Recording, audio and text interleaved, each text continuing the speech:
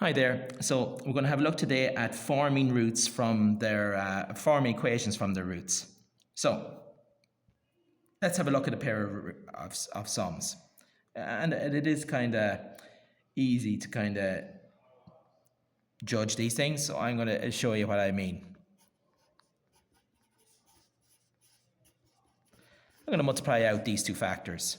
X squared minus 6, 3x minus 2x plus x. Okay, so there's the quadratic that generated that. Now let's have a look at the roots of these. The root of this is minus 3 or 2.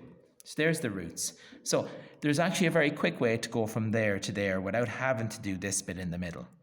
Okay, and there's a generic formula for that, and it's called x squared minus x times the sum of the roots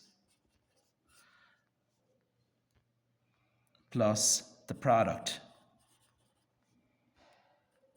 of the roots. So using these, let's see, can I generate the same answer? X squared minus x times the sum of the roots. So the sum of the roots is minus 3 plus 2 plus the product of the roots, minus 3 times minus 2. So equals 0. So let's see, is that true? So minus 3 plus 2 is minus 1. Minus 1 times minus x is x. And minus 3 times it's minus 3 times 2, is minus 6. So that and that are the same. So this is just a quick way of doing that. Okay? Like a very, very quick way of doing it. Now, why am I showing you this? Because this can come in very handy when you just have the roots and you want to quickly get the quadratic. Okay? X squared, there's a built-in minus there. Be careful. And why is that minus built in? That minus is built in because when you're going from the roots back into the factors, you're changing the sign. So that allows you to, by default, change the sign back in. Because to get out from the factors to the roots, to go that direction, you change the sign.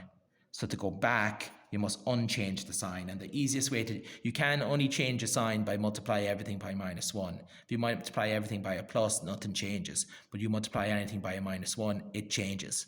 It changes all the negatives to positive and all the positive to negatives. That's why this bit is built in. Okay? So it's just a quick one on forming quadratics from their roots. I'll show you one more just to show you. So let's say I have minus 5 and minus 1 are roots. So how would I very quickly generate the original? Well, it'd be x squared minus x times the sum of the roots. The sum of those roots is minus 6.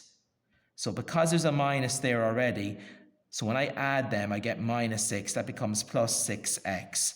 And then plus the product of the roots. Let's multiply those two together.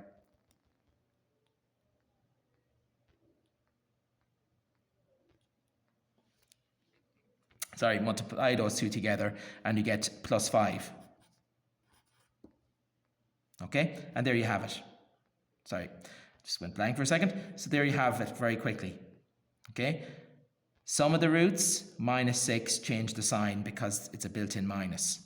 Okay, the product of the roots, multiply them, I get plus 5, and there she is. And that is that. How do I know that? Well, if I factorize that, 5 and 1, multiplies to give me 5 and adds to give me 6. So there's my factors, but my roots will be the opposite signs. Okay, so there you go.